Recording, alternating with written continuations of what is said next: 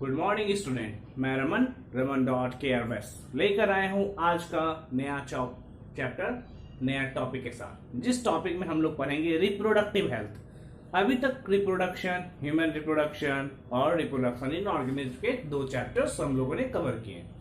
तो इसके बाद अब रिप्रोडक्टिव हेल्थ मतलब किस टाइप का डिसऑर्डर हो रहा है, इस डिसऑर्डर को फुलफिल करने के लिए, कॉम्पेंसेट करने के लिए क्या मैकेनिज्म आ रहे हैं, तो उसको इस चैप्टर में कवर करेंगे। तो सबसे पहले टर्म्स आता है रिप्रोडक्टिव हेल्थ। तो रिप्रोडक्टिव हेल्थ क्या है? तो it refers to the total well being, पूरी तरीके से आप स्वस्थ हो, जैसे कि फिजिकली, मेंटली और सोशली।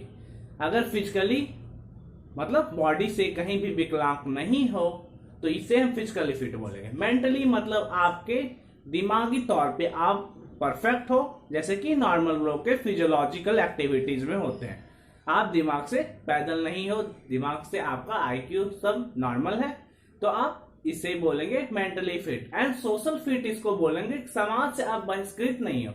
जैसे क्लास के बच्चे जाते हैं, मित्र या उसके सहपाठी उसे टीज करते हैं, तो सोशल बाइकॉट हो जाता है, जो आजकल टर्म्स ज्यादा सुनने को मिलता है, बाइकॉट है ना। तो ये बाइकॉट मतलब आपको सोशली सेपरेट ना कर दिया गया हो, तो इसे हम सोशल फिट के कैटेगरी में रखते हैं।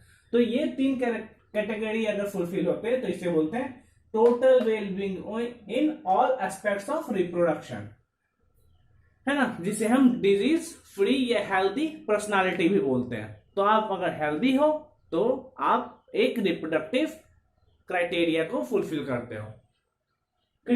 तो रिप्रोडक्टिव हेल्थ करने का मतलब है कि सारे सोसाइटीज को, सारे मेंबर्स को, सारे इंडिविजुअल्स को अवेयर करना among people regarding the reproductive organs, क्योंकि बहुत सारे लोगों को रिप्रोडक्टिव सिस्टम, रिप्रोडक्टिव ऑर्गन्स के बारे में मिसकॉन्सेप्शन रखे हुए हैं। और आजकल की मूवियां भी इन सब टॉपिक पे ही बन रही, जैसे कि फॉर एग्जाम्पल OMG 2, ये भी रिप्रोडक्टिव हेल्थ रिलेटेड मूवी थी।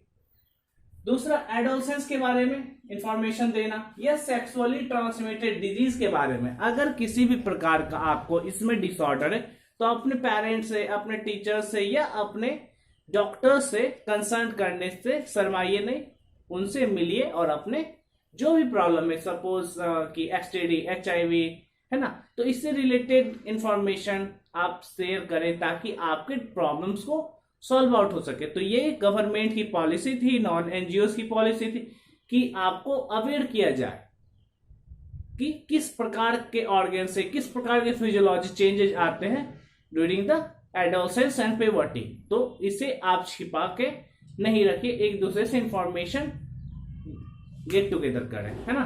तो नेक्स्ट पॉइंट बोलते हैं प्रोविजन ऑफ मेडिकल फैसिलिटीज, मतलब मेडिकल फैसिलिटीज हर घर, हर कस्बे में पहुंचाना। गवर्नमेंट और नॉन NGOs के ये स्कीम के अंदर आते हैं ताकि सबसे समाज स्वस्थ रहे, समाज स्वस्थ तो देश स्वस्थ। दूसरा है care regarding the problems like pregnancy के दौरान केयर करना। फॉर एग्जांपल, जैसे पहले के टाइम में क्या होता था, अगर MC या मेंस्ट्रुअल साइकिल होता था तो उस समय क्या होता था कि सैनिटरी पैड जैसे मटेरियल का इस्तेमाल नहीं करते थे। जो फीमेल है, ये गर्ल्स चाइल्ड है, उसको सेपरेट कर दिया जाता, जिससे कि इन्फेक्शन फैलने की और सारी संभावना बढ़ जाती थी। तो इसके लिए गवर्नमेंट ने अलग अलग स्कीम निकाले। उसके बाद बच्चा पैदा करने का अनलिमिटेड था, तो उसके लिए हमारे 2 का नियम आया, फैमिली प्लानिंग प्रोग्राम स्टार्ट हुआ। तो ये सब टाइप के चैप्टर्स में टॉपिक्स है जिसे हम कवर करेंगे। तो इसे करने से ये फायदा होता है कि गवर्नमेंट और इंडिविजुअल्स या सोशल बीइंग के बीच में एक कम्युनिकेशन स्टैब्लिश होती है। इस स्टेबिलिटी के कारण एक नेशन को बिल्ड करने में लोगों की अहम भूमिका जो होती है उसे फुलफिल किया जाता है। तो इसमें क्या करेंगे, मेडिकल फैसिलिटीज के बारे में, केयर्स रिगार्डिंग प्रेगनेंसी के बारे में, एबॉर्शंस एंड फर्टिलिटी के बारे में और मेंस्ट्रुअल साइकिल के बारे में हम लोग पढ़ेंगे कि किस तरह का ये बॉडी के फिजियोलॉजी पे असर डालते हैं। फिजियोलॉजी के साथ साथ किस टाइप का बॉडी में चेंजेस हो रहा है, ये चेंजेस के कारण क्या इन फ्यूचर आने वाले इसके इफेक्ट और इम्पैक्ट हैं, इसके बारे में यहाँ पर पढ़े। कौन कौन से मेडिसिन आप इस्तेमाल कर सकते हैं, है ना। तो जैसे कि फॉर एग्जांपल आजकल के हम लोग के देश में पॉपुलेशन का रेट बहुत ज्यादा बढ़ चुका है। इस पॉपुलेशन के रेट को बढ़ने के कारण क्या क्या है, मेडिकल फैसिलिटीज के एडवांसमेंट होना, एमएमआर मतलब मैटरनल मोर्टेलिटी रेट का रिड्यूस होना, इन्फेंट मोर्टेलिटी रेट का डिक्रीज होना, डेथ रेट का डिक्रीज होना। तो ये सब कारण है जिसके कारण आज हमारे देश का पॉपुलेशन एक्सपोनेंशियली बढ़ रहा है ना। एमएमआर मतलब क्या होता है, एमएमआर मतलब मैटरनल मोर्टेलिटी रेट, और आईएमआर मतलब हो गया इन्फेंट मोर्टेलिटी रेट। मोर्टेलिटी मतलब डेथ रेट और नेटलिटी मतलब बर्थ रेट। तो इस तरीके से समाज में ये सेक्स एजुकेशन या रिप्रोडक्टिव हेल्थ के बारे में इंफॉर्मेशन गवर्नमेंट का पहुंचाना बहुत ही इंपॉर्टेंट फैक्टर्स के अंदर आता है, और इसे ही इस चैप्टर में पढ़ेंगे। अगर फॉर एग्जांपल कोई एक ऑर्गेनिज्म है जो इनफर्टाइल है, तो वो कैसे बच्चा को एडॉप्ट कर सके, कैसे वो प्रेग्नेंट हो सके, उस टॉपिक्स को भी इसमें कवर किया जाएगा। तब तक इसे आप नोट डाउन करिए, फिर आगे हम लोग अपने टॉपिक की ओर बढ़ते हैं। देखिए, अकॉर्डिंग टू सेंसस, सेंसस मतलब जनगणना के हिसाब से, जो कि मई के महीने में होती है हर 10 साल पे। इन मई सेंसस इज डन, हर 10 साल पे मई के महीना में सेंसस होती है। सेंसस होती क्या है, तो census is an official counting, census is an official counting of population and preparing the data about the age group. किसके बारे में, एज ग्रुप, किस एज के, मतलब कितने बूढ़े हैं, कितने जवान हैं, कितने छोटे बच्चे हैं। तो एज ग्रुप के वाइज जनगणना होती है। जैसे कि टीचर्स लोग आते हैं गांव देहात में जनगणना करने वाले, है ना, बहुत सारे सरकारी स्कूल के शिक्षक को, मास्टर साहब को, मार्सा को, है ना, तो इन लोगों को जनगणना करने के लिए बता दिया जाता है, काम दे दिया जाता है, जनगणना करिए। तो हर 10 साल पे ये जनगणना मई के महीने में लगभग होती है। जो कि एज ग्रुप्स के बारे में, कितने बूढ़े हैं, कितने जवान हैं, कितने बच्चे हैं। बर्थ के बारे में, कौन इस साल पैदा लिया, है ना, पूरे पिछले 10 साल का रिकॉर्ड में कौन बच्चा पैदा लिया है, कौन आदमी मर गया है।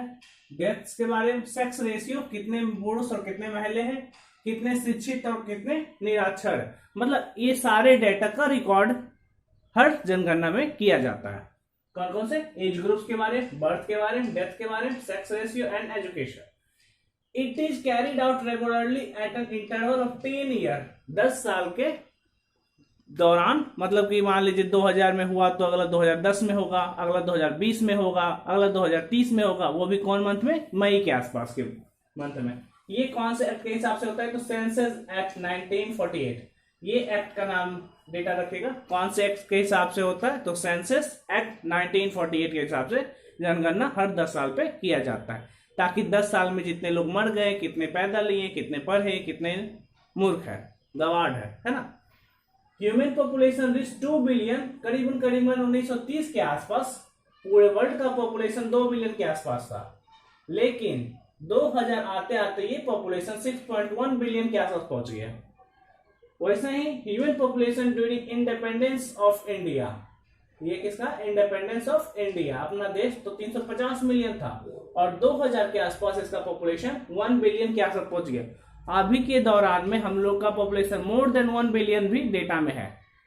तो इस हिसाब से ये सेंसस के रिकॉर्ड में, ये सेंसस एक्ट 1948 और ये पॉपुलेशन डाटा आपको दिया गया, इसको आपको दिमाग में रखना है, ताकि भविष्य में क्वेश्चन जब आए तो ये डेटा के हिसाब से आप फुलफिल करेंगे आंसर्स को।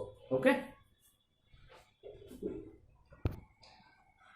यहाँ पे आपके लिए कुछ क्वेश्चंस दिए गए, इस क्वेश्चन को घर से करके आना है और सारे क्वेश्चंस के नाम कमेंट चैट में देना है। यहाँ पे कुछ फुल फॉर्म्स लिखने, STD, STI, UTI, MMR, IMR, MNR, RCH, FSH, LH, SCG and HPL, इसके फुल फॉर्म्स लिखने कॉपी में और प्रैक्टिस करना है। तो आज के लिए पहला लेक्चर यहीं पे रखते हैं। आने वाला टाइम में, मतलब नेक्स्ट वीडियो में, हम लोग पढ़ेंगे कौन कौन से मेथड्स हैं जिससे कि हम सेक्सुअल ट्रांसमिटेड डिजीज को रोक सकते हैं, है ना, और उसके बाद कौन कौन से आर्टिफिशियल टेक्निक्स है जिससे कि हम प्रेगनेंसी को बढ़ावा दे सकते हैं, एक जो इनफर्टाइल और स्ट्राइल कपल्स हैं उनको बच्चा दे सकते हैं। तो मिलते हैं नेक्स्ट वीडियो में, तब तक हमारे चैनल को लाइक शेयर एंड सब्सक्राइब करते रहिए और क्वेश्चन का आंसर कमेंट सेक्शन में देने की कोशिश करिए। Bye for today.